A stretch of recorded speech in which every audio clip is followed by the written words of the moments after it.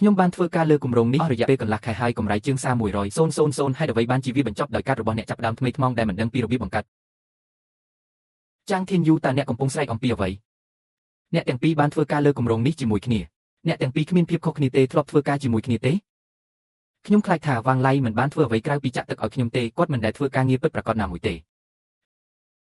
លោកគ្រូជាអ្នកណែនាំផ្លូវទីក្រុងទាំងមូលពឹងផ្អែកលើជំនាញរបស់បុគ្គលម្នាក់រូបរាងរបស់វ៉ាងលីគឺលេចធ្លោប្រហែលជាអតិថិជនចូលចិត្តគាត់ទេ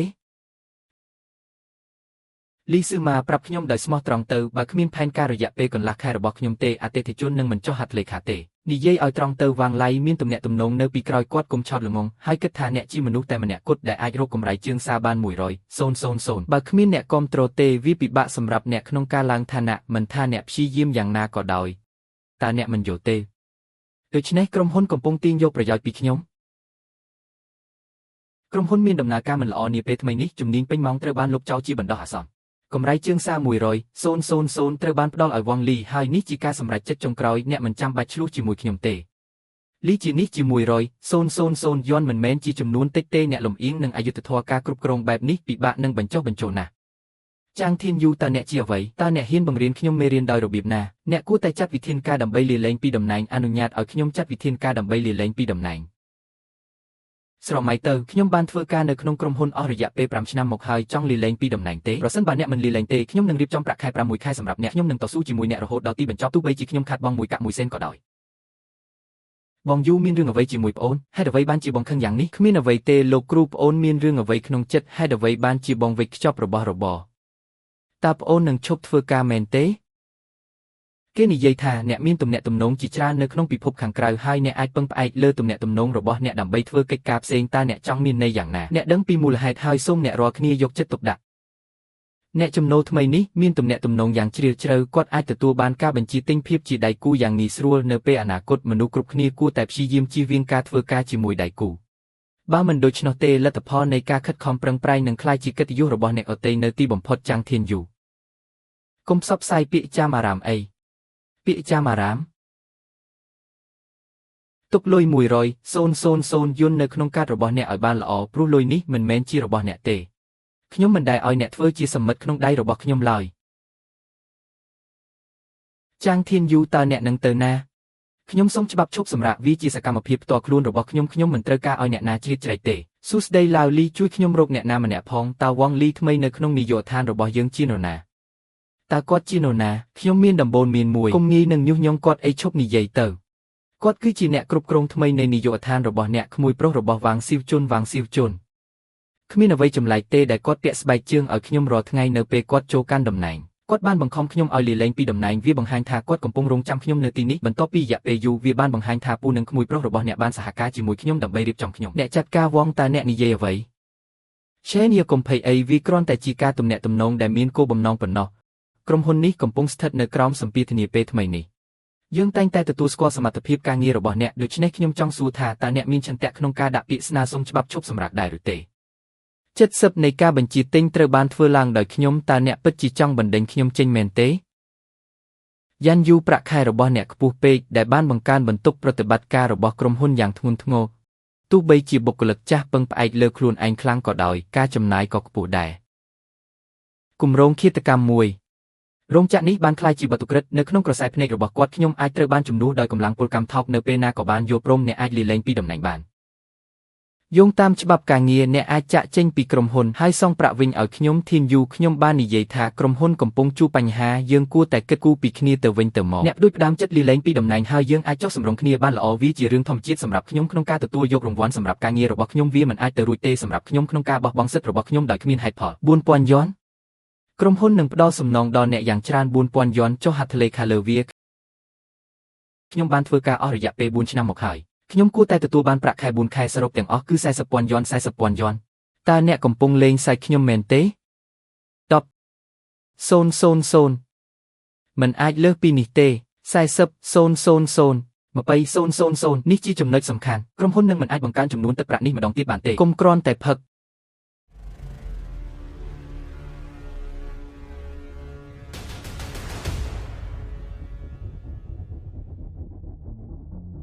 ទេចាងធានយូអ្នកបានចាក់ចេញពីរោងចក្រដោយគ្មានការអនុញ្ញាតកាលពីម្សិលមិញយោងតាមច្បាប់និងបទបញ្ញត្តិរបស់ក្រុមហ៊ុនអ្នកនឹងត្រូវពិន័យជាប្រាក់1000 យន់ខ្ញុំបានដាក់ពាក្យសុំឈប់សម្រាកកាលពីម្សិលមិញខ្ញុំមិនបានសិក្សាដោយគ្មានហេតុផលទេពាក្យសុំឈប់សម្រាកមិនទាន់ត្រូវបានអនុម័តនៅឡើយទេវាមិនអាចចាត់ទុកថាជាការឈប់សម្រាកត្រឹមត្រូវទេយល់ព្រមសូមបង្ហាញខ្ញុំនៅទម្រង់ពិន័យជាផ្លូវការទូចលើវាខ្ញុំនឹងផ្ដល់ភស្តុតាងដល់អ្នកឥឡូវនេះ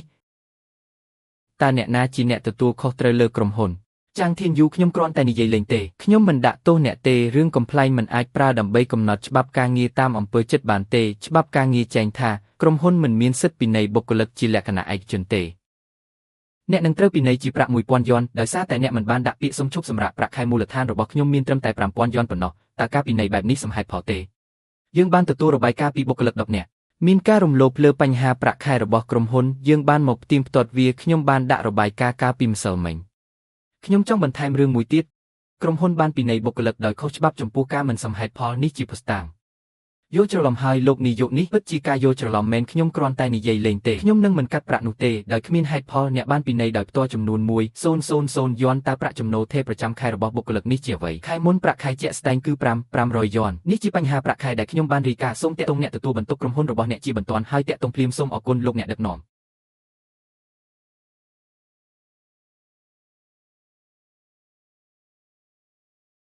តោះទៅការិយាល័យហើយនិយាយគ្នាមិនចាំបាច់ទេចំពោះបញ្ហានៃការចេញប្រាក់ខែនិងការរំលោភលើការពិន័យអ្នកទាំងអស់គ្នានឹងរៀបចំផែនការដើម្បីកែតម្រូវវាក្រុមហ៊ុនបណ្ដុះបណ្ដាលអ្នកដោយប្រុងប្រយ័ត្នផ្ទុយទៅវិញអ្នកត្អូញត្អែទៅនាយកដ្ឋានត្រួតពិនិត្យរំខានដល់សណ្ដាប់ធ្នាប់ការិយាល័យធម្មតាចូលចាត់វិធានការដើម្បីដាក់ពាក្យសុំឈប់សម្រាកពីការងារបើមិនដូច្នោះទេក្រុមហ៊ុននឹងមិនបញ្ចប់បញ្ហានេះដោយងាយស្រួលឡើយប្រាក់ចំណូលប្រចាំខែ5500 យន់ការងារប្រចាំថ្ងៃគឺជាវត្តមួយវាជាការព្យាបាលមួយអ្នកនិយាយជាមួយខ្ញុំអំពីការបណ្ដុះបណ្ដាលវាជារបស់ការសង្សឹកពលកម្មរបស់ខ្ញុំនឹងមិនបោះបង់មួយកាក់ឡើយចាងធានយូការអនុវត្តការងាររបស់អ្នកកំពុងធ្លាក់ចុះមិនចាំបាច់បន្ទោសកត្តាខាងក្រៅទេតើវាជាមូលហេតុដែលសមិទ្ធផលអាជីវកម្មទាំងអស់ត្រូវបានជំនួសដោយអ្នកតែម្នាក់ឯងមែនទេរបាយការណ៍ការអនុវត្តការងារអាចមើលឃើញអាជីវកម្មស្នូលភាគច្រើនរបស់នាយកដ្ឋានស្ថិតនៅក្នុងដៃរបស់ខ្ញុំវាពិតជាអស្ចារ្យណាស់ហេតុអ្វីបានជាអ្នកមិនទូរស័ព្ទទៅអតិថិជនធំសាកមើលថាតើទំនាក់ទំនងរបស់អ្នកអាចរក្សាកិច្ចសហទូរស័ព្ទភ្លាមស្ថានភាពគួរឲ្យព្រួយបារម្ភជាធម្មតាខ្ញុំខ្លាចថាការពិតនឹងត្រូវបង្ហាញការរំលោភបំពានពាក់ព័ន្ធត្រូវបានយកមកពិចារណាដោយនាយកដ្ឋានត្រួតពិនិត្យអ្នកត្រូវតែផ្ដល់សញ្ញាឲ្យខ្ញុំនៅថ្ងៃនេះចាងធានយូមានកំហុសធំមួយនៅក្នុងគម្រោងដែលអ្នកទទួលបន្ទុកពីមុនអ្នកត្រូវផ្ដល់ការពន្យល់ជាគម្រោងកន្លងមកត្រូវបានពិនិត្យឡើងវិញជាយូរមកហើយបានជីករណ្ដៅដោយចេតនាតើវាគួរឲ្យចាប់អារម្មណ៍ទេកុំគិតថាក្រុមហ៊ុនមិនអាចព្យាបាលអ្នកបានទេប្រសិនបើអ្នកមិនថែរក្សាវាដោយសារអ្នកមិនស្គាល់គម្រោងចាស់នោះជារឿងល្អឥឡូវនេះមានគម្រោងថ្មីមួយដែលតម្រូវឲ្យអ្នកបញ្ចប់ការដឹកជញ្ជូនមុនពិធីបុណ្យនីតិក្រដៅប្រសិនបើអ្នកមិនអាចបញ្ចប់វាបានទេចូលគ្រប់វាភ្លាមហើយចាក់ចេញអ្នកចង់ប្រើឈ្មោះនៃការមិនស្ដាប់បង្គាប់ថ្នាក់គ្រប់គ្រងដើម្បីរំដោះខ្លួននិងដកថយស្រមៃទៅកំចាត់ចំនួនផ្ទាល់ខ្លួនអនុវត្តការងារសម្រាប់គម្រោងយ៉ាងតឹងរ៉ឹងបញ្ចប់កិច្ចការគម្រោងទាន់ពេលវេលាបើមិនដូច្នោះទេច្បាប់នឹងត្រូវបំពានសូមអរគុណសម្រាប់ការរញាប់ឡើងហើយជំរុញវឌ្ឍនភាពនៃគម្រោងថ្មីផែនការរួមនៃគម្រោងមិនទាន់ត្រូវបានសរសេរនៅឡើយទេហើយក៏មិនអាចផ្សព្វផ្សាយបានសម្រាប់ពេលបច្ចុប្បន្នដែរសេចក្តីព្រាងផែនការត្រូវបានដាក់ជូនសម្រាប់ការពិនិត្យឡើងវិញរួចហើយគ្មានអ្វីដែលហៅថាមិនដំណើរការនោះទេល្អអ្នកបង់ប្រាក់កាន់តែច្រើនអ្នកអាចបញ្ចប់ការងារបានកាន់តែតិចហើយកាត់ប្រាក់ខែដែលត្រូវគ្នាតាមច្បាប់ប្រាក់ខែមុនត្រូវបានទូទាត់រួចរាល់ហើយគ្មានការទូទាត់ណាមួយដែលអាចកាត់បាននោះទេបើដូច្នោះគ្រាន់តែឈប់ហើយចាក់ចេញទៅមិនយូរយងទៅតាមច្បាប់អ្នកត្រូវតែចាក់ចេញដើម្បីទទួលបានសំណងអ្នកជាអ្នកផ្ដួចផ្ដើមក្នុងការដាក់ពាក្យសុំឈប់សម្រាកខ្ញុំជាសមាជិកនៃបុគ្គលិកបង្កើនប្រសិទ្ធភាពសហគ្រាសវាមិនមែនជាហេតុផលផ្ទាល់ខ្លួនដើម្បីចាប់ផ្ដើមចាក់ចេញនោះទេអ្នកត្រូវតែច្បាស់លាស់អំពីនិស្ស័យរបស់អ្នកមិនថាហេតុផលអ្វីក៏ដោយខ្ញុំធ្វើការទាំងយប់ទាំងថ្ងៃពេញមួយឆ្នាំប្រាក់រង្វាន់100,000ឆ្នាំដែលត្រូវបានដកហូតក៏ត្រូវដោះស្រាយជាមួយគ្នាដែរនោះជាការអនុវត្តរបស់ខ្ញុំមានការសន្និដ្ឋានរួចហើយថាខ្ញុំជាកម្មសិទ្ធិរបស់អាជីវកម្មនេះវាគឺដោយសារតែទំនាក់ទំនងនិងធនធានរបស់ខ្ញុំក៏មានអ្នកស្គាល់គ្នានៅក្នុងក្រុមផងដែរតើអ្នកតាមដានជានរណាស្ថានភាពពាក់ព័ន្ធអាចត្រូវបានផ្ទៀងផ្ទាត់តើអ្នកចង់ឲ្យខ្ញុំទាញយកកំណត់ត្រាទូរស័ព្ទនិងអ៊ីមែលដើម្បីប្រឈមមុខនឹងអ្នកទេយើងធ្វើការក្នុងវិស័យដូចគ្នាហើយអ្នកថ្មីថ្មោងត្រូវខិតខំប្រឹងប្រែងដូចគ្នាគាត់មិនបានចូលរួមក្នុងការងារស្នូលពេញមួយដំណើរការទាំងមូលទេយ៉ាងច្រើនបំផុតវាត្រូវបានចាត់ទុកថាជាជំនួយប្រចាំថ្ងៃដើម្បីរត់កិច្ចការនិងរក្សាមិត្តភាពខ្ញុំអាចផ្ដល់ប្រាក់ឧបត្ថម្ភដល់គាត់ចំនួន5000 យន់នេះជាសម្ពាធដ៏ធំបំផុតដែលខ្ញុំអាចទទួលយកបានឧទាហរណ៍15000 យន់កុំទៅឆ្ងាយពេកតិចជាង1 សេនការងារច្រើនលុយច្រើន ចូលចងចាំបទពិសោធន៍នេះក្នុងជីវិតវាមិនដែលស្ថិតស្ថេរក្នុងការពឹងផ្អែកលើការគ្រប់គ្រងពីអ្នកដទៃនោះទេការពេញចិត្តនឹងខ្លួនឯងគឺជាស្គលនៃការលះបង់ខ្លួនឯងអាកប្បកិរិយារបស់យ៉ាងឆេញូគឺមិនសូវសមរម្យទេទោះបីជាគាត់សន្យាថានឹងសងប្រាក់សំណងក៏ដោយគាត់នឹងមិនរក្សាការសន្យារបស់គាត់ទេខ្ញុំមិនញ៉ាំទេបើខ្ញុំមិនផឹកតើអ្នកកំពុងលេងសើចជាមួយខ្ញុំមែនទេចាងធានយូនីតិវិធីលាលែងពីតំណែងត្រូវបានបញ្ចប់ប្រាក់អាចត្រូវបានទូទាត់បន្ទាប់ពីរយៈពេលនៃការពន្យាពេលតើអ្នកមានសមត្ថភាពអ្វីខ្លះក្នុងការនាំមនុស្សទៅលេងល្បែងកិច្ចព្រមព្រៀងលាលែងពីតំណែងចែងថាប្រាក់អាចត្រូវបានទូទាត់បន្ទាប់ពីរយៈពេលនៃការពន្យាពេលប្រាក់អាចត្រូវបានទូទាត់បន្ទាប់ពីរយៈពេលនៃការពន្យាពេលកាន់នេះហិរញ្ញវត្ថុចុងឆ្នាំពេញហើយកាន់នេះអស់ថាវិការជាបណ្ដោះអាសន្នតើអ្នកអាចធ្វើអ្វីជាមួយខ្ញុំបន្ទាប់ពីឆ្នាំត្រូវបានទូទាត់រួចប្រាក់មិនទាន់ត្រូវបានទូទាត់នៅឡើយទេការិយាល័យមិនអាចដំណើរការធម្មតាបានទេសម្រាប់ពេលនេះខ្ញុំមិនចង់ខ្ជះខ្ជាយពេលវេលារបស់ខ្ញុំទេចំនួនទឹកប្រាក់ទូទាត់គឺជាចំនួនទឹកប្រាក់នៃការទូទាត់វាជាកិច្ចព្រមព្រៀងទ្វេភាគីអ្នកកំពុងធ្វើរឿងនេះដោយខ្លួនឯងខ្ញុំកំពុងហៅប៉ូលីសឥឡូវនេះ